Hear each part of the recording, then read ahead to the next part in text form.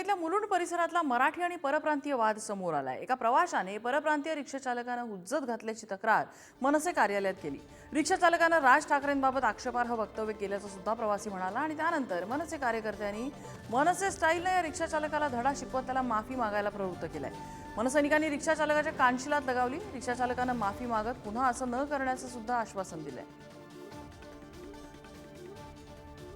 Video पाहिला असेल त्या व्हिडिओमध्ये हा जो उत्तर भारतीय काय नाव तुझं जमुना प्रसाद ह्याने काय केलंय, याच्या गाडीमध्ये एक आमचा मराठी पॅसेंजर बसला होता आणि त्याला बोलतो, मराठीमध्ये बोलत नव्हता आणि त्याने ह्याला जाब विचारलं तर हा बोलतो राज ठाकरे मेरा क्या उखाडेगा।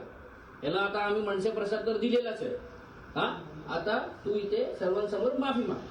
मैं सर्व सावरना माफी मागतो, माझी चुकी आहे, मी तुझ्या पाया पडतो, मला माफ करा। बोल, राज साहेब ठाकरे मला माफ करा। राज ठाकरे साहेब मला माफ करा। अमित साहेब ठाकरे मला माफ करा। याच्या पुढे मी असं कधी करणार नाही, मराठी माणसांवर आणि कोणावरही असं काही बोलणार नाही। मी काय नाही करणार। ठीक आहे, जय महाराष्ट्र बोल।